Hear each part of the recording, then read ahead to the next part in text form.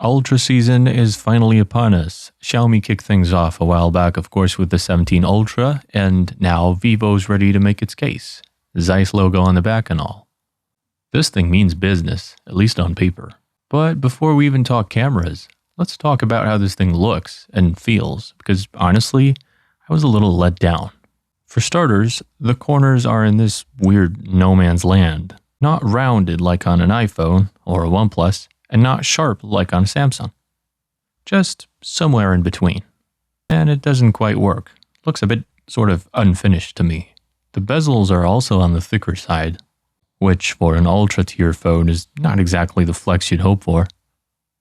Now, build quality is fine. It's not cheap feeling, but it doesn't really feel expensive either. Not premium. And for a phone at this price point, that's a bit of a miss. The back on the white unit has this mountain-esque pattern going on. I think it's mountains anyways. The black version skips the pattern entirely, just plain black. And there's also this green option that I'll just leave it at that. Not my cup of tea. We're rolling with the white here anyways. And if you used the X300 Pro before this, that phone actually looked and felt better in hand, which is a strange direction to go for a successor. An Ultra one at that.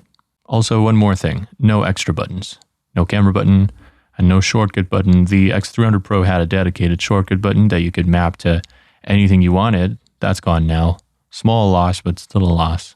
Alright, so under the hood, we get the Snapdragon 8 Elite Gen 5, up to 16 gigs of RAM, up to a terabyte of storage.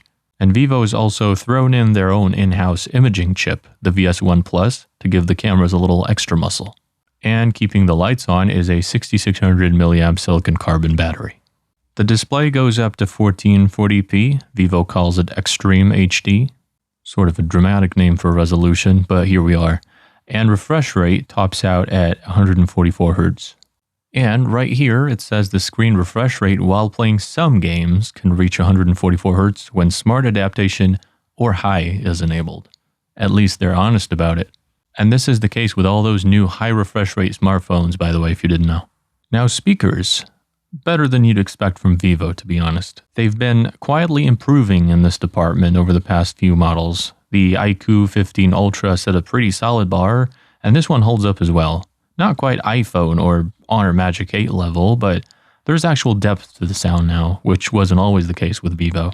You also get an equalizer to play with, which actually makes a difference, finally. And then there's this super audio mode as well, so you can pick Smart or Maestro. This one isn't exactly groundbreaking though. Now, the reason most of you are actually here, this is at its core a camera that also happens to be able to make phone calls. The setup looks serious on paper and on hand. The Zeiss branding is front and center, and now it's time to see if real life matches the spec sheet. Let's look at a few samples together.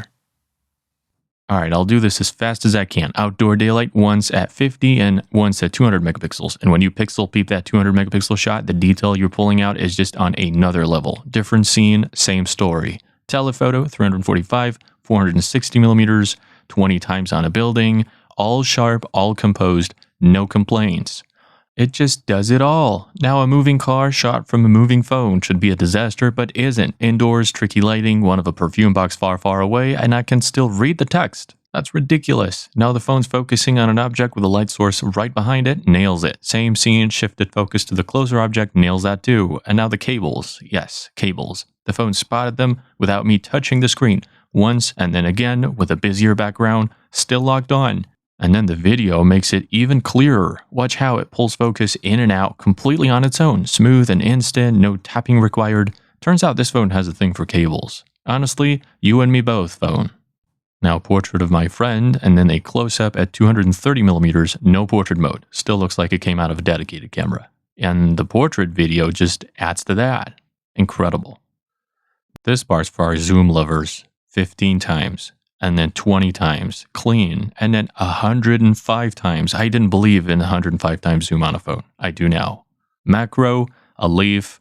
This is gorgeous. And then there's a tiny little screw, and then that same screw sitting on the palm of my hand, so you can appreciate just how absurdly small it was. Unbelievable.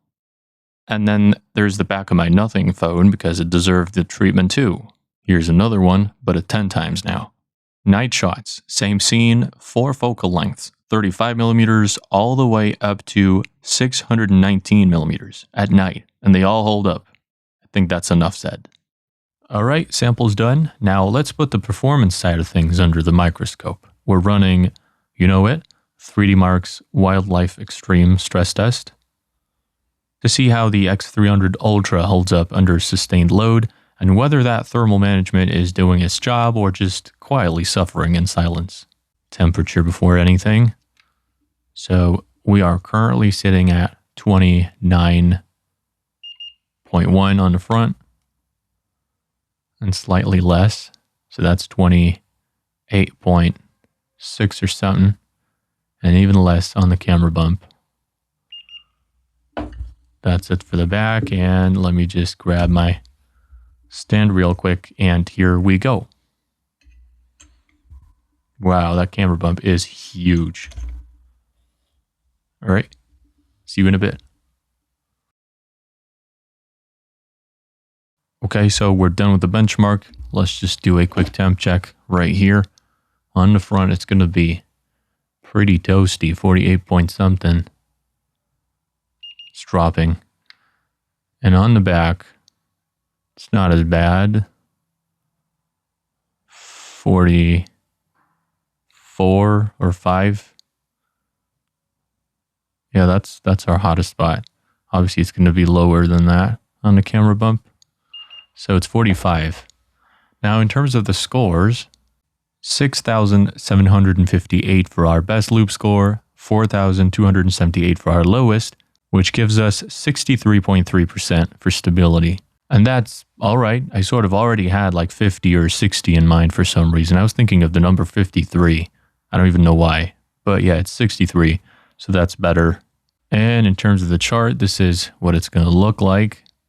So performance started to drop right from the beginning all the way until the 10-minute mark or so, where it had its first real throttle. And then you can see the rest of it. Again, it's okay. Nothing groundbreaking, obviously. And in terms of battery, we went down from 65 to 47. Now that part is not good at all. So that's 18% loss of battery right there. And in terms of temperature, we went up from 30 to 50 degrees on the inside. And that's the Vivo X300 Ultra for now. A phone that clearly has its priorities in order when it comes to cameras, even if the design and the overall feel don't quite live up to the Ultra name. Hopefully the in-depth camera review will paint a clearer picture for us, so do stay tuned for that one. And if you found this one useful, you know what to do. I'll see you all on the next one. Peace out.